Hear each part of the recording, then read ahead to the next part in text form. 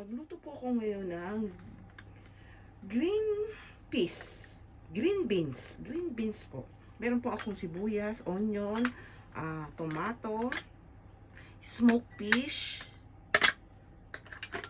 bagoong, at hibe, dried fish, dried shrimp. Unahin ko po ang hibe. At smoked fish, tinapa.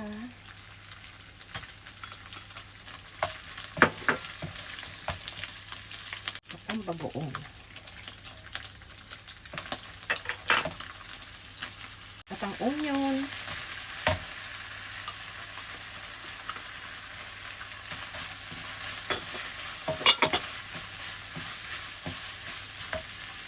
Sunod ko na rin po ang kamatis, tomato. Dahil wala pong bawang, lalagyan ko po siya ng bawang na pinirito.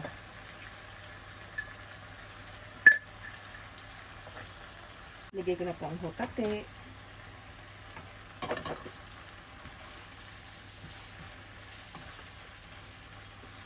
Ito na po ang green beans. Ito po, isaling ko na dito sa munggo.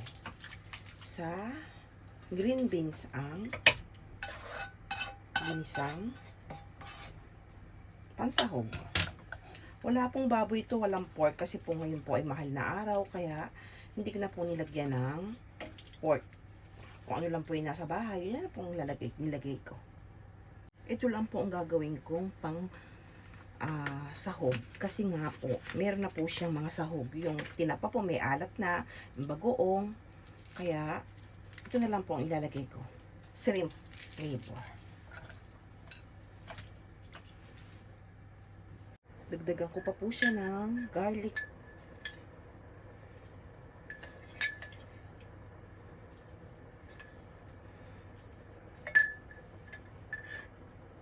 Ito na po, lagay ko na po ang spinach.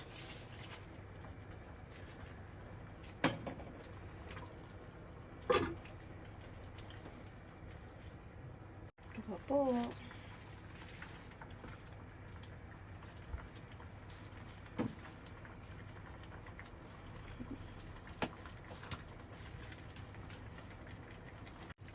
Finish na po to. Thanks for watching po.